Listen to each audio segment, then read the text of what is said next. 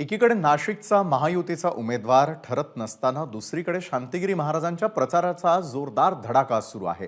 महाराजांच्या वतीनं नाशिक शहरामधील आडगावपासून बाईक रॅलीला सुरुवात झाली असून जवळपास 1000हून जास्त बाईक घेऊन भक्त सहभागी झालेले आहेत। प्रचार करण्यासोबतच मतदानाचा हक्क बजावा असं आवाहन देखील मतदारांना केलं जात आहे।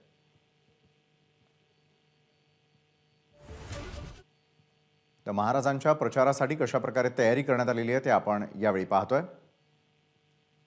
एकीकडे नाशिकचा महायुतीचा उमेदवार ठरत नाही आहे, तर दुसरीकडे शांतिगिरी महाराजांच्या प्रचाराचा जोरदार धडाका सुरू आहे। प्रांजल कुलकर्णी आपले प्रतिनिधी या संदर्भात अधिक माहिती देत आहेत। खरं तर प्रांजल, नाशिकची जागा कुणाकडे याचा तिढा सुटला जात नसताना दुसरीकडे मात्र शांतिगिरी महाराजांच्या प्रचाराचा जोरदार धडाका या दृश्यांच्या माध्यमातून अवघा महाराष्ट्र पाहतोय। प्रांजल, विशाल, आपण जर बघितलं तर नाशिकच्या महायुतीच्या जागेचा तिढा जो आहे तो कायम आहे। छगन भुजबळांनी देखील 2 दिवसापूर्वी आपण माघार घेत असल्याचं म्हटलेलं आहे। त्यामुळे आता हेमंत गोडसे की इतर कोणत्या नावाची घोषणा होते याकडे सर्वांचं लक्ष लागलेलं आहे।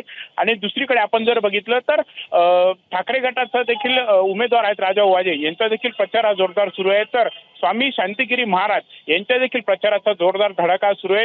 गावोगावी त्यांचे प्रचार सुरू आहेत। आणि आता आपण हे दृश्य बघत आहोत। नाशिक शहरातून आज बाबाजी भक्त परिवाराकडून बाईक रॅली काढण्यात आलेली आहे। जवळपास 1000हून अधिक भक्त जे आहेत ते यामध्ये सहभागी झालेले आहेत। आणि आपण जर बघितलं तर बाबाजी हे महायुतीकडून इच्छुक आहेत। भाजपकडून आपल्याला तिकीट मिळावं अशी देखील त्यांची इच्छा आहे। आणि आता एबीपी माझाशी बोलताना देखील त्यांनी म्हटलेलं आहे, जर महायुतीने मला तिकीट दिलं, माझा जर विचार केला तर 100% माझा विजय होणार असं महाराज यांनी म्हटलेलं आहे।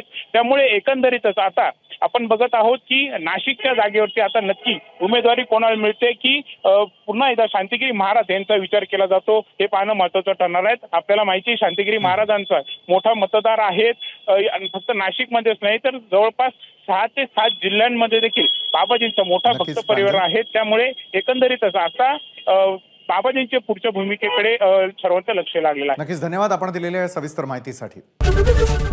एबीपी माझा, उघडा डोळे बघा नीट।